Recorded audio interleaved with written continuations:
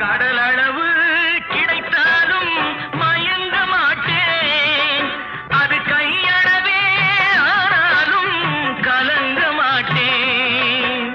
உள்ளத்திலே உள்ளதுதான் உலகம் கண்ணா, இதை உணர்ந்து கொண்டே துன்பமெல்லாம் விலகும் கண்ணா. உணர்ந்து கொண்டேன் துன்பமெல்லாம் விலகும் கண்ணா. ஆட்டுவித்தால் யாரோ